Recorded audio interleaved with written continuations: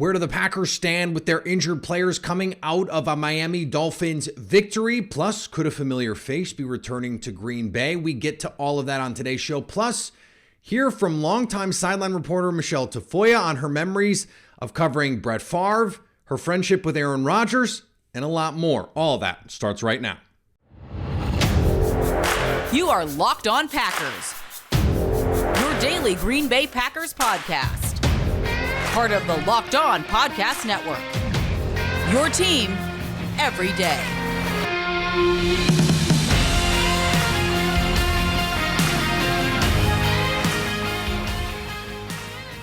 You are Locked On Packers, part of the Locked On Podcast Network, your team every day. I'm Peter Bukowski, and I cover the Packers for The Leap, a newsletter I would love for you to subscribe to. Follow me on Twitter, Peter_Bukowski. Follow the podcast on Twitter at Locked On Packers. Like us on Facebook.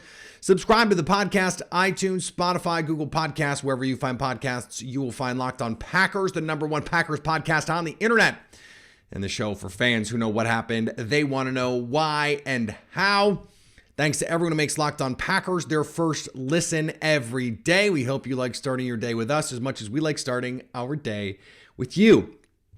Quickly here, two stories I want to hit before we get to our conversation with longtime NFL sideline reporter Michelle Tafoya, who was gracious enough to give us a nice chunk of time to talk about Brett Favre, Aaron Rodgers, sideline reporting. She gives a couple stories that never made air, one of which about a Packers player that is really quite fascinating. So some really good stuff from her that I want to be able to make time for as we come from one holiday week into another one.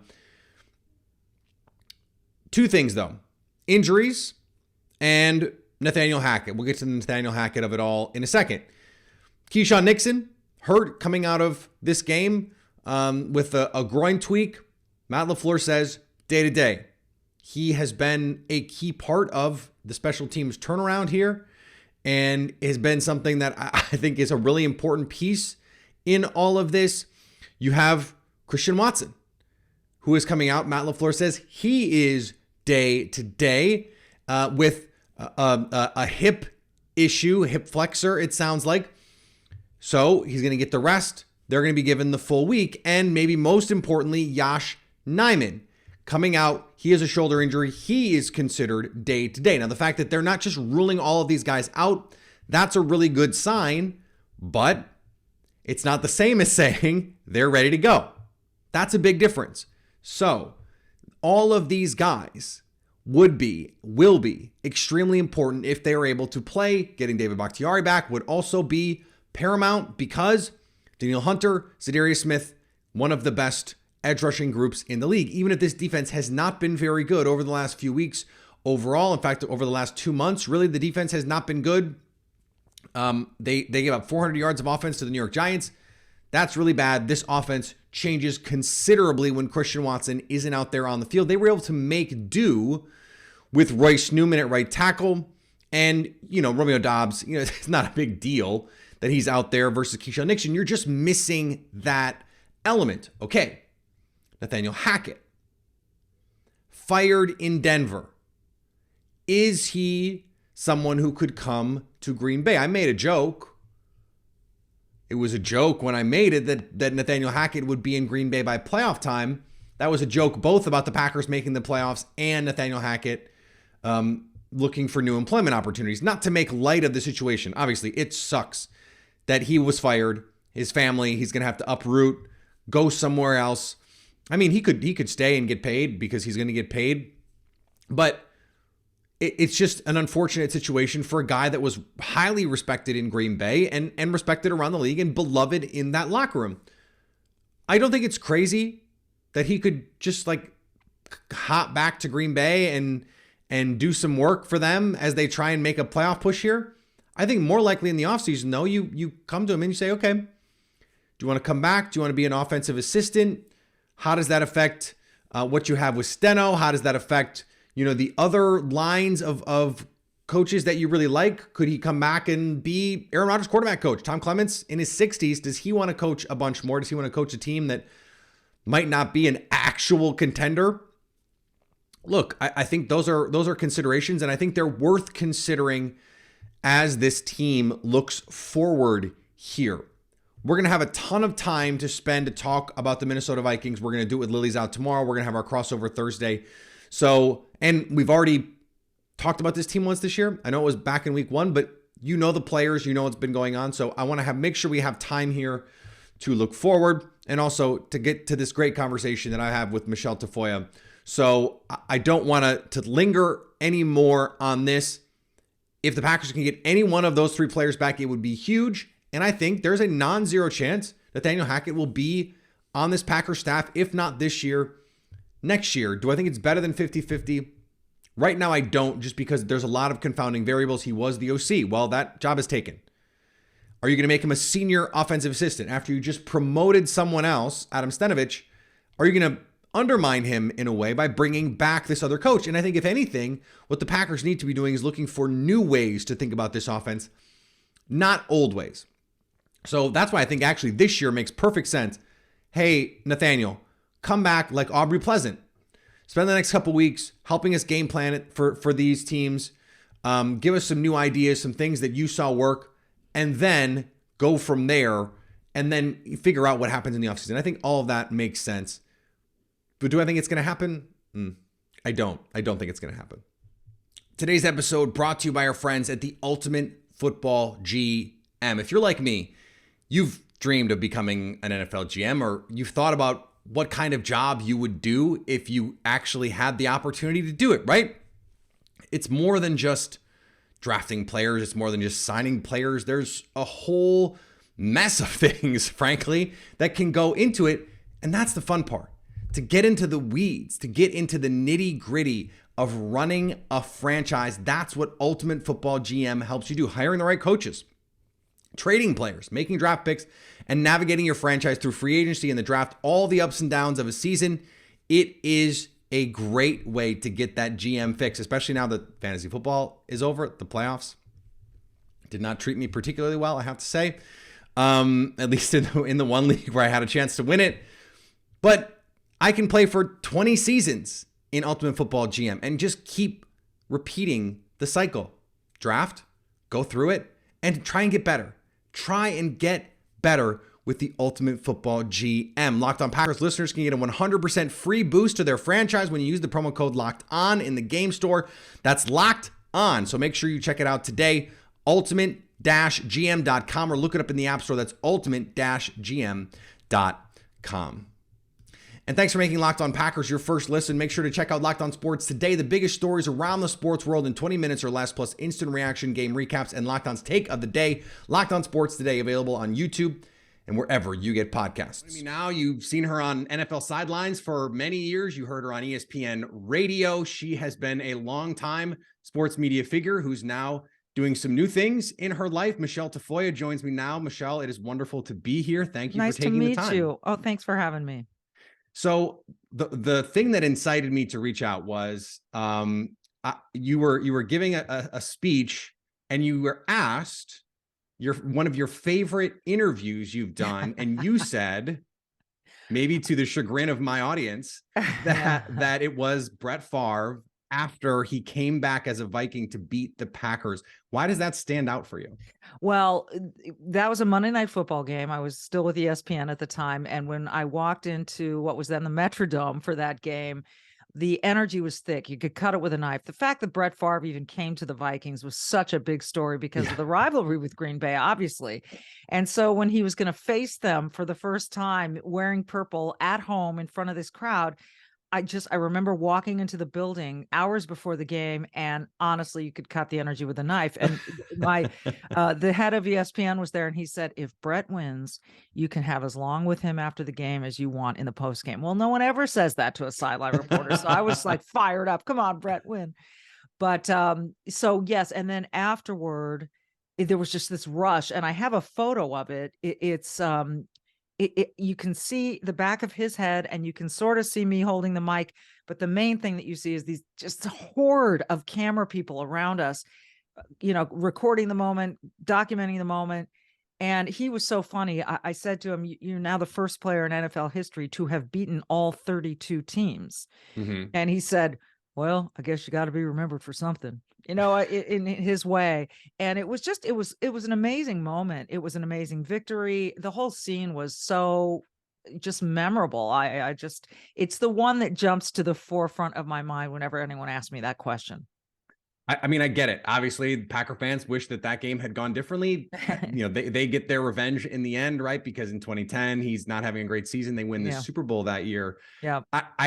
I knew we were going to chat, and I was watching Monday night, and I know this is sort of like a weird question, but how do you plan to be warm on the sideline for 3.5, probably longer, 4 hours when it's 14 degrees? It's a great question, and it's not a weird question because it does take planning, and it took me my entire career to figure it out. I mean, you think, I'm from California, and so you think 50 degrees is cold or 40 degrees is freezing, and then you're introduced to some of these other ridiculous temperatures, and you think, how am I going to do this? And sometimes I was not at all prepared. Well, I end up moving to Minnesota, and my husband tells me, it's not the temperature, it's the equipment that you have to deal with the temperature. So over the years, I just figured out things that worked and things that were the best. I would say Canada Goose parkas are the best, bar none. I swear by this one that I have. I can wear it out even now at 0 degrees and be okay. And then it's, the hard part is your face and your hands. As a reporter, you've got to write. You're taking notes the entire time.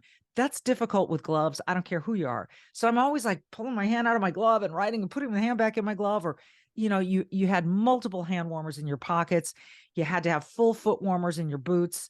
You just had to learn ways. And, the coldest game that I ever did was 7 below at kickoff. It was in Minnesota.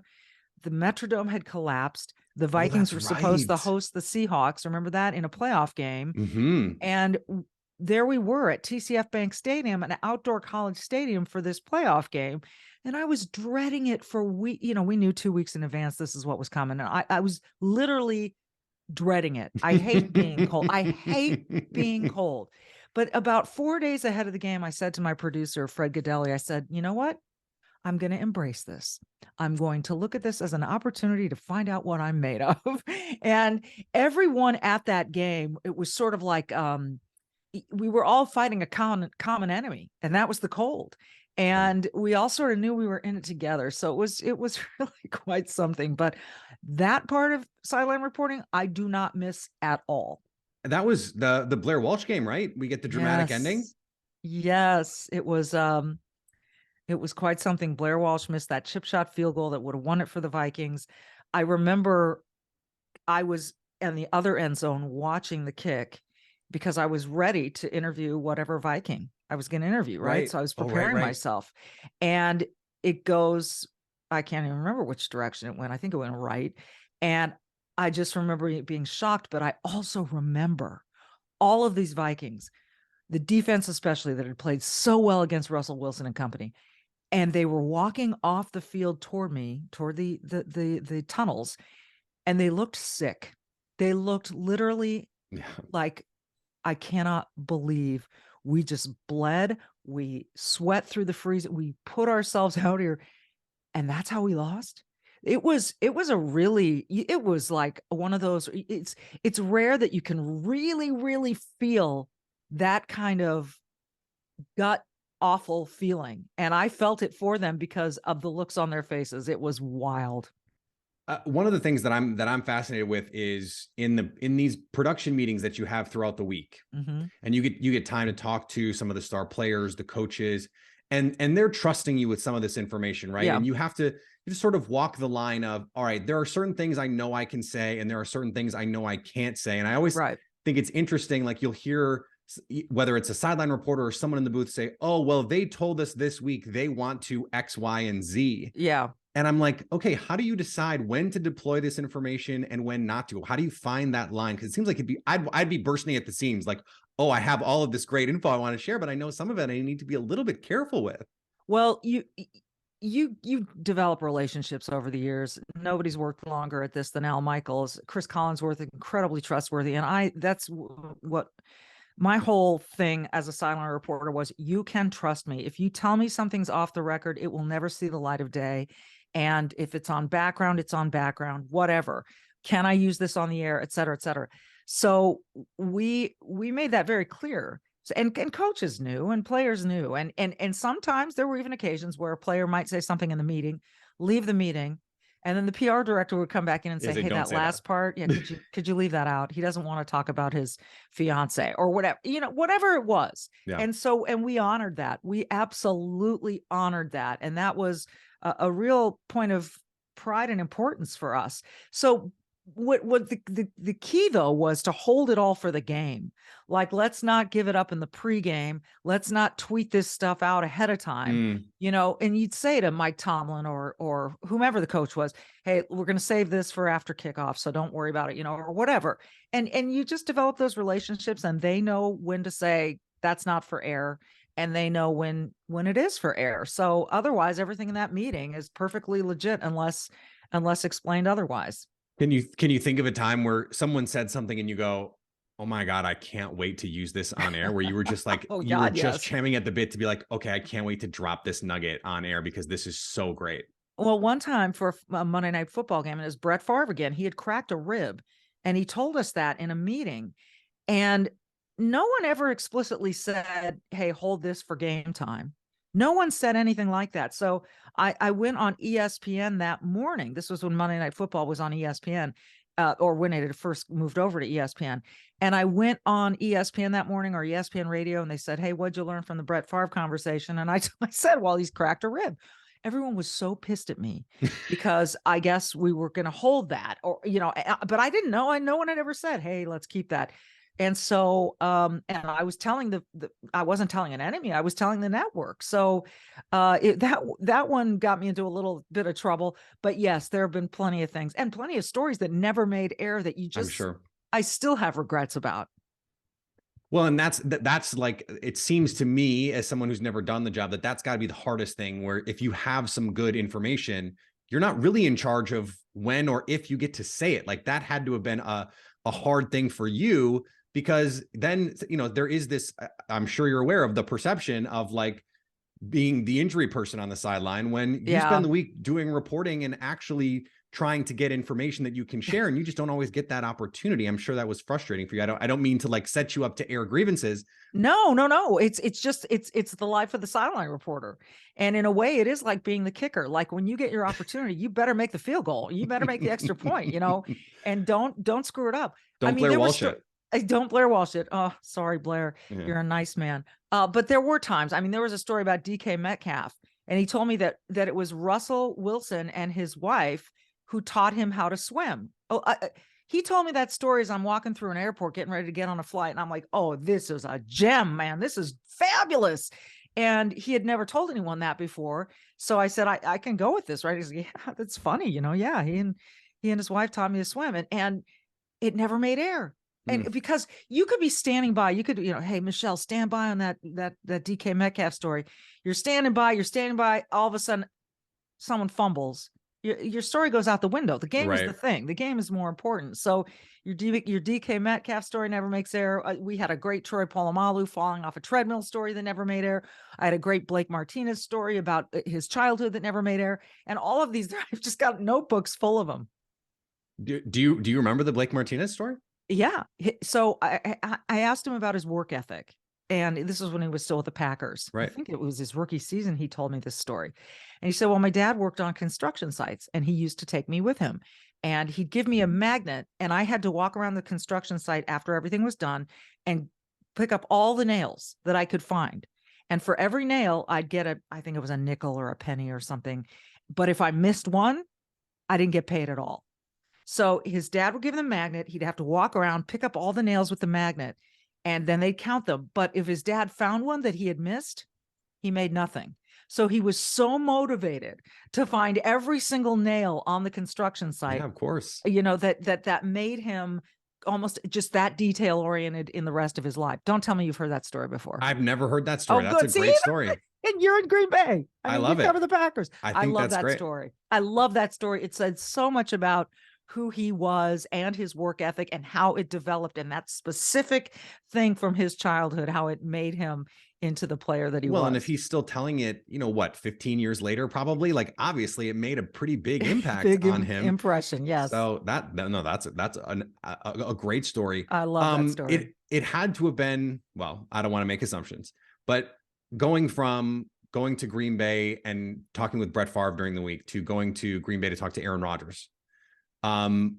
Had you, before the world got to see Aaron Rodgers, had you been able to talk with him before that and learn a little bit about him? Like, when he gets the job, the differences in personality, that's not a surprise to you. No, not really. But I'll tell you this, when I first met Aaron, he was a rookie and we did a preseason game, I believe. And I had to talk to all the quarterbacks for the preseason games in case someone came in.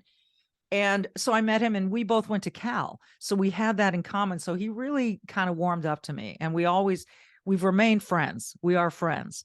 And that doesn't mean that I covered him any differently, because I loved Brett Favre when I covered him too. That doesn't change the way you cover an athlete. But in fact, even now, I think Aaron and I are more open about being friends because I no longer cover the league. Right. So, but very different personalities, but both intriguing in their own way. Brett was, I'll sit with you guys for hours if you want, and I'll tell tales till the cows come home, and I'll, spin a yarn here. And he was so easygoing and laid back. Aaron was much more meticulous about his, time with us, his preparation. Sometimes he was a little more savvy about the way he answered questions. He didn't want to give away too much. And honestly, Aaron kind of just sort of evolved from season to season about the way he approached his job and his interactions with the media. And the more he got to know you, the differences changed. I went and interviewed Aaron for a magazine called Artful Living. That is a Midwest, really beautiful, beautiful artistic magazine. And I did a huge piece on Aaron for that. And he was so open. It was at the time he was dating Danica Patrick. And he told me all about how into each other they were at the time. Mm-hmm. And just a ton of stuff. So I've always had really good experiences with Aaron, but every player, every coach develops a unique relationship with the media and with each individual in the media, depending on how comfortable you are with them. It's just life. So because you also know Aaron off the field, maybe this is a more complicated question, but I have noticed that in the last 3 or 4 years, Aaron has changed the way that he handles the media. He seems to be spending more time talking to people. He's sort of taken the mantle of being the elder statesman, much the same way Brett Favre did at the end of his career. Yeah. When his midweek press conferences, Brett Favre's, were legendary. He'd go for a half hour. He'd go for 45 minutes. Loved it. And just talk. And for a while, that was not Aaron. He wanted to be a little bit more buttoned up. And now he does an hour on Pat McAfee every week, in addition to everything else. Did you notice that start to change, and his sort of, it seems like almost just his mannerisms changed outwardly facing as he became more comfortable, at least it seems to me, with who he was. Is that a fair reading, do you think, of what was going on? I think that's a fair reading. I think it is. And I think he also decided, I'm going to control what's said about me by being as open a book as I decide I want to be. Yes, I do think Aaron decided he wanted to be in control of his story and how it was told. And he realized that if he kept his, moments short with the press, they'd go and twist it their own way. Whereas if he sat down with Pat McAfee for a half hour, that would get more attention, and who he really was would come out. And I think that's what we've seen.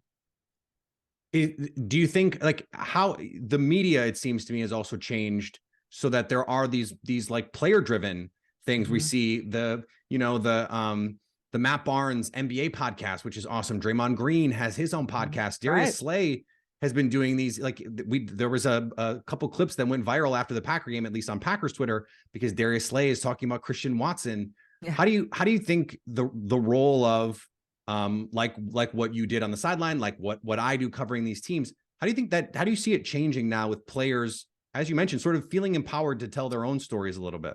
I think it's great for them. I mean, look, they get to really brand themselves, right? They really do.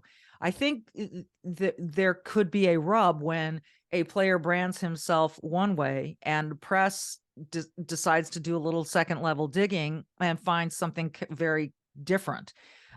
So, I would like to believe that all these players who have their podcasts, who have their outlets on social media, Tom Brady is a master with Twitter and Instagram and all of that, that they are being as as thoughtful and clear and honest with themselves about their brand as they want to be, but they certainly do have more control over it now.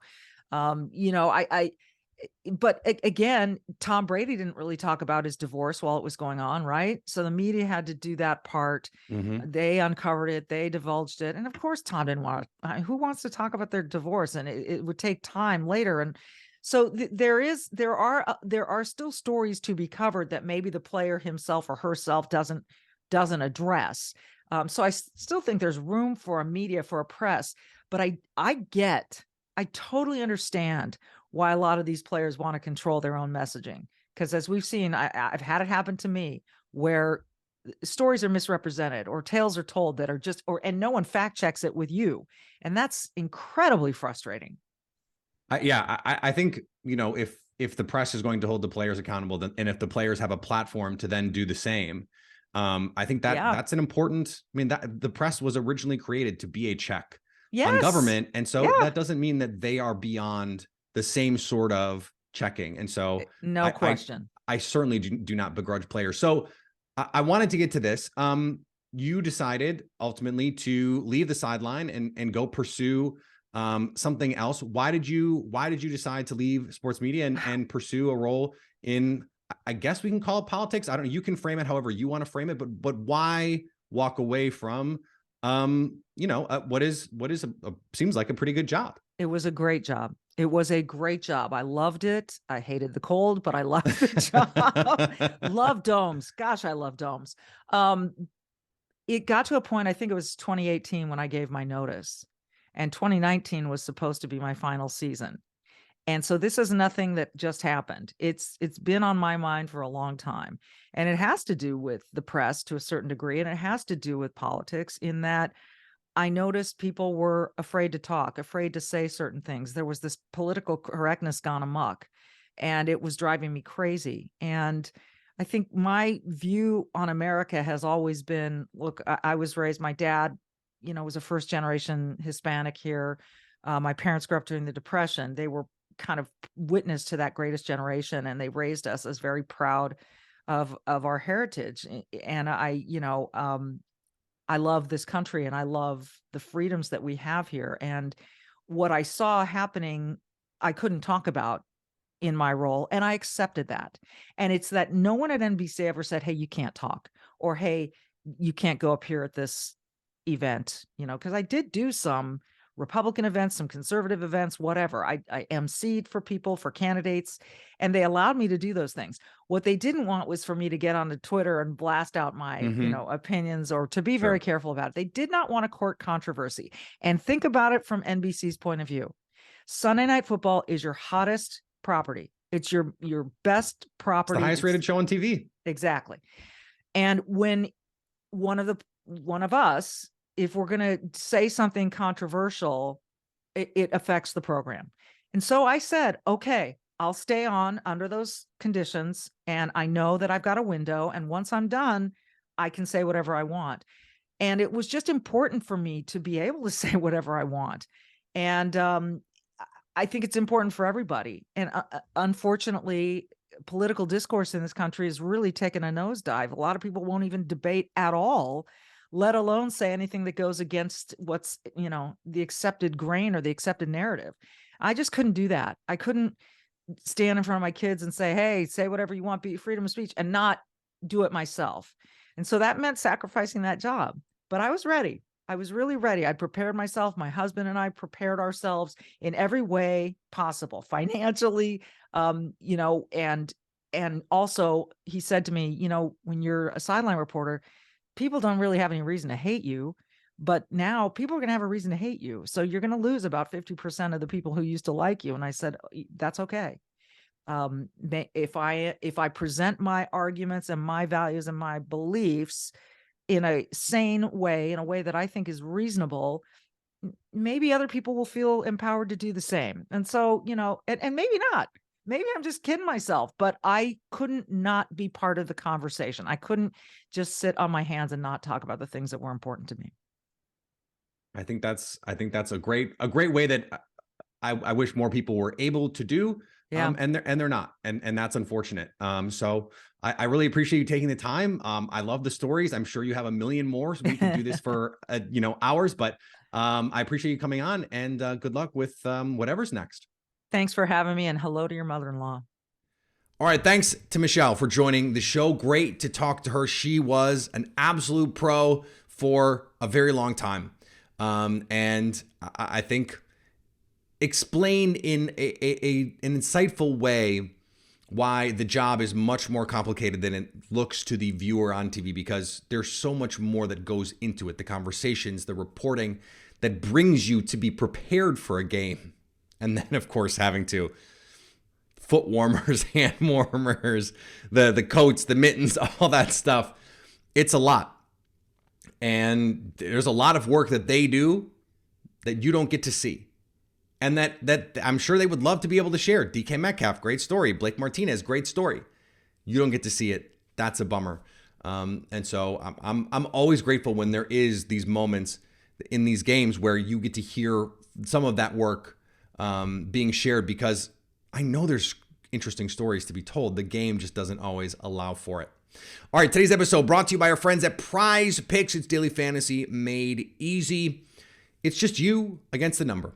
That's it. Prize Picks is going to put a number on, let's call it Christian Watson receiving yards.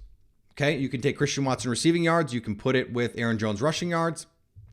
I wouldn't recommend doing that, but you could do that. And then you can win up to 10 times your money, depending on the players that you put together. You are just competing against the number. That's it. You're not competing against me. You're not competing against your friends, your family. None of that. You're competing against the number. Pick the number correctly, whether that player is going to produce above or below that statistical marker, and you can win. And they can do it for more than just football, basketball. Pick a kind of basketball, EuroLeague, WNBA, college basketball, NBA, wherever you want. They can put together a Prize Picks lineup, or you can put together a Prize Picks lineup with Prize Picks, MMA, golfing, boxing, all kinds of fun stuff. Entries can be made in 60 seconds or less. So download the Prize Picks app and sign up today. It's that easy. Plus, just because you're a Locked On Packers listener, you can get up to a 100% deposit bonus when you use the promo code Locked On, up to $100. You put in money, they give you money. You put in $50, they give you $50. You put in $100, they give you $100 when you use the promo code Locked On. And thanks for making Locked On Packers your first listen. Now I'm going to make Locked On Sports Today your second listen. I host Locked On Sports Today. I bring you the biggest stories from around the sports world in 20 minutes. Get the analysis and opinion before everyone else with our local and national experts and insiders. Locked On Sports Today, available on YouTube and wherever you get podcasts. All right, Lily Zhao with us tomorrow. She is the person you want to hear from on a Wednesday.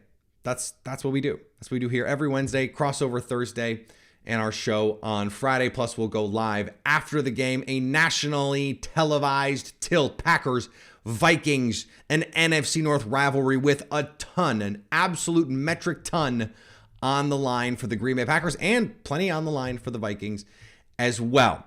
Follow me on Twitter, Peter_Bukowski. Follow the podcast on Twitter, Locked On Packers. Like us on Facebook. Subscribe to the podcast, iTunes, Spotify, Google Podcasts, wherever you find podcasts, you will find Locked On Packers. And anytime you want to come hang out with us live, you can do that on the Locked On Packers YouTube page to stay Locked On Packers.